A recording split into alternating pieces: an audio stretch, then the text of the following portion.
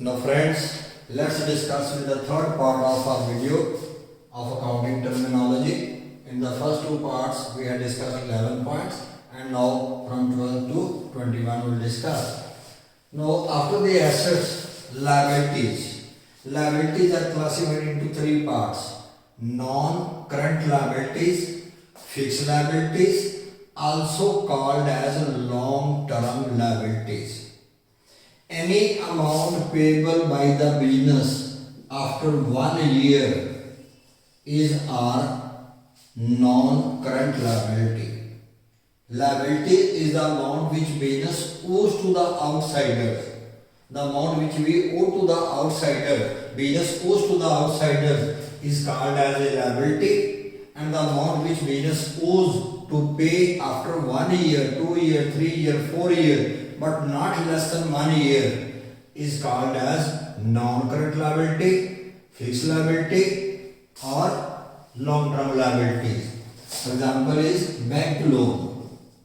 We took the loan from bank for 4 years. 4 years. After 4 years we are to pay. This is our long-term liability or non-current liabilities. In case of companies issued debentures.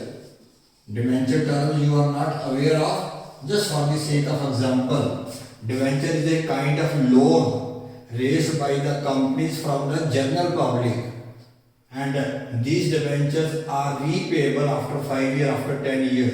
After 5 years or after 10 years, companies return their money. So that is why it is again called as non-current liability.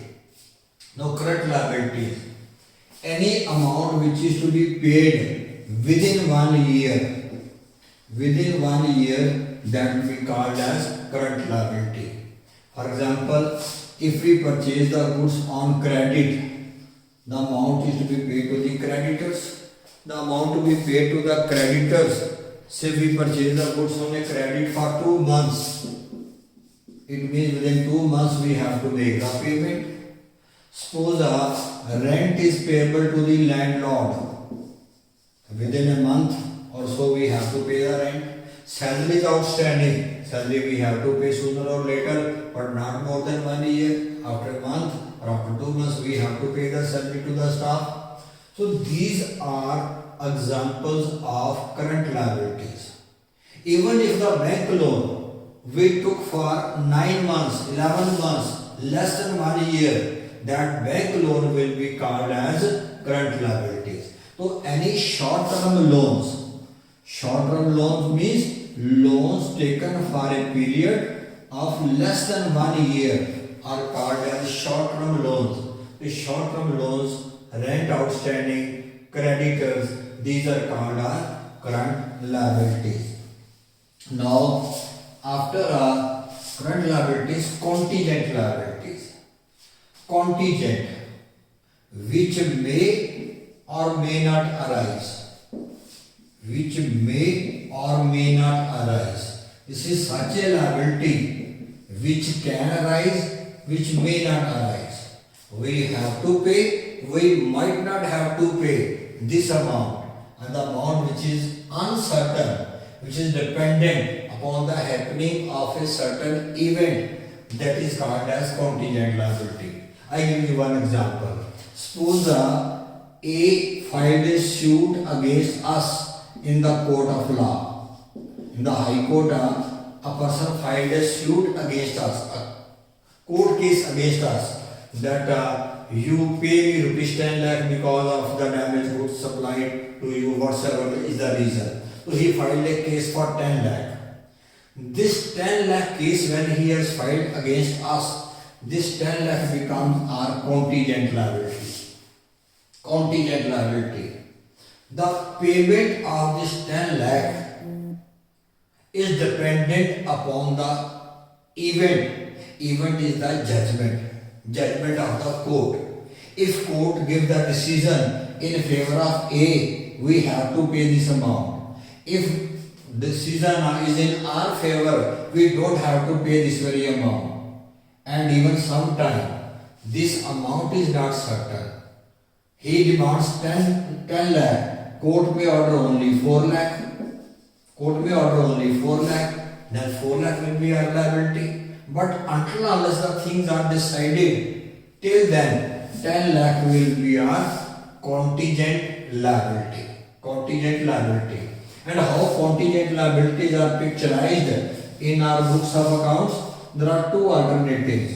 When we prepare balance sheet, from where we see our financial position, other liabilities are shown in the balance sheet. The bank loan, creditors, rent outstanding, okay, all are shown inside the balance sheet. But alternative one, in the footnote after the balance sheet, we show this contingent liability by way of information to the stakeholders, okay, so that they could take their decision on the basis of our complete information that there is a contingent liability of such and such amount upon the business. This is one alternative called as footnote outside the balance sheet. When we show it outside the balance sheet, because this is not a liability as yet, we might have to pay, we might not have to pay. We are not even certain how much we have to pay. He is demanding 10 lakh. We might have to pay 3 lakh, we might have to pay 2 lakh, we might not have to pay even a single penny. Okay, it all depends. That is why it is to be given by way of information only. Second alternative is that instead of showing outside the balance sheet, we may show it inside the balance sheet, but in the inner column only. Inner column only. Other items are written in the outer column. This is written in the inner column only. So, writing in the inner column, not adding in the grand total or giving outside carries the same weightage. So by this way, we picturize the contingent liabilities in our books of accounts for the information of the stakeholders. When we discuss our accounting principles, then there is one accounting principle of disclosure which requires us to show contingent liabilities whether outside the balance sheet or in the inner column. That is our compulsion as per our accounting principles. So this is a contingent liability. Now after the contingent liabilities, discount. Discount is a reduction given by one person to another, given by the supplier to the customer, and this is of two types: trade discount and cash discount. Trade discount is the reduction given from the sale price, from MRP, okay, and cash reduction is given for the quick payment, for the prompt payment, for the early payment. If anybody makes early payment, then he is given the reduction, he is given the discount. So when we see the market, there is a off, there is a sale, there is a discount of 40%, 30%, that is virtually the trade discount. So trade discount, suppose 40,000 is the MRP, maximum retail price, and there is a 30% trade discount. So 30% trade discount means 30% will be deducted from the maximum retail price, from the list price. That means we have to pay 28,000. So this is our trade discount. The price which is deducted from the original list price or MRP, that is called as trade discount. And cash discount, for making quick payment, I say that if you make the payment within 3 days, I will give you 5% extra discount. That discount is called as cash discount. That if 28,000 you pay within 3 days, so then I will give you reduction of 1,400. Means you have to pay 26,600 only. This 1,400 reduction, 5% of 28,000. Okay, I gave only for getting the quick payment, and any reduction given for getting quick payment for early payment is called as cash discount. Then after that, equity. Equity is the right against the assets of the business. Equity rights against the assets of the business. If business has assets worth rupees 40 lakh, okay, from where this 40 lakh came? There are two sources. Number one, owner, proprietor. Number one, outsiders, creditors, bankers, etc. There are two sources. 35 lakh given by the owner and 5 lakh given by the creditors, and that became 40 lakh. Might be the total assets may belong to the owner. There may not be even any outsiders right. So equity is the right against these assets. Out of these assets, who will be paid the money? 5 lakh will be paid to the creditors and 35 lakh will be given to the owner. If the business is having 40 lakh worth of assets, and owner's equity is called as capital, and creditor's equity is called as liabilities.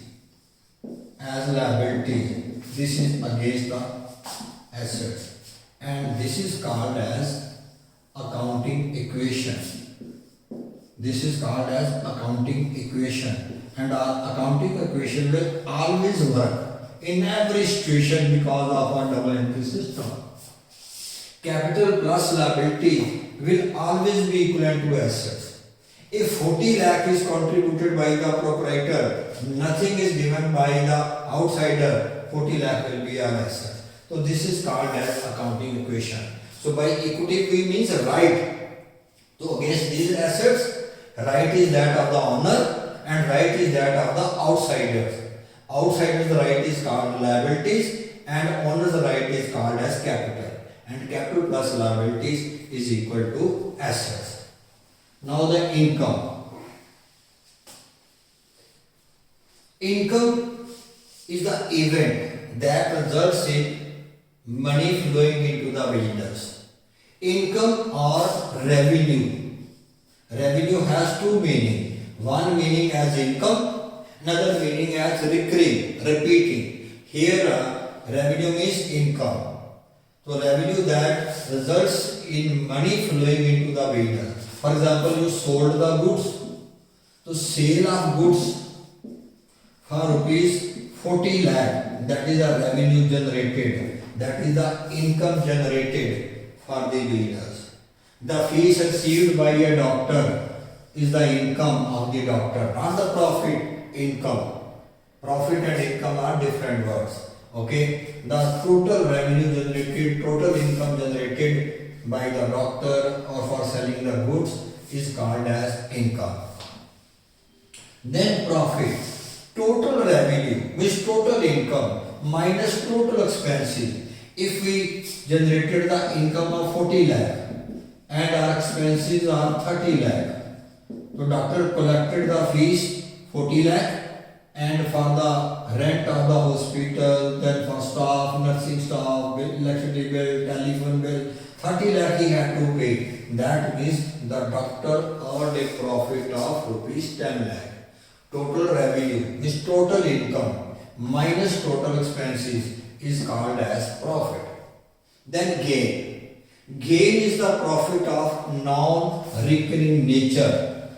Suppose you sell the goods worth rupees 40,000 for rupees 50,000 and you sell the machinery worth rupees 40,000 for 50,000.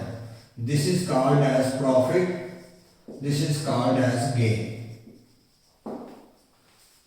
Because selling the goods is a routine work, a recurring item. We purchase the goods, this is the expense. We sold, this is the revenue. Revenue minus expenses is our profit. This is a routine work. On daily basis, monthly basis, weekly basis, we sell the goods. But Selling a machine is not our business. This is our asset, and we sell the asset under compulsion only. Okay. Any profit of non-recurring nature which does not arise time and again is called as gain. Now after the gain, loss. Loss is unwanted burden on the business. Suppose the goods were stolen, that is called as loss by theft. Goods were destroyed by fire, that will be loss by fire. Whatsoever is the cause of loss, that we will specify along with loss. So we will prepare loss by theft account, loss by fire account, loss by accident account, loss by war account. Okay, reason we will specify along with the cause of the loss, so that the things may be clear. Otherwise, simply writing the word loss, one will ask which loss, whether total loss, which loss. So this is loss by theft only, loss by fire only, loss by accident only. We will specify loss along with the cause. So unwanted burden on the business is called as loss. Expenditure we categorize into three parts. Revenue, capital, and deferred revenue. Expenditure.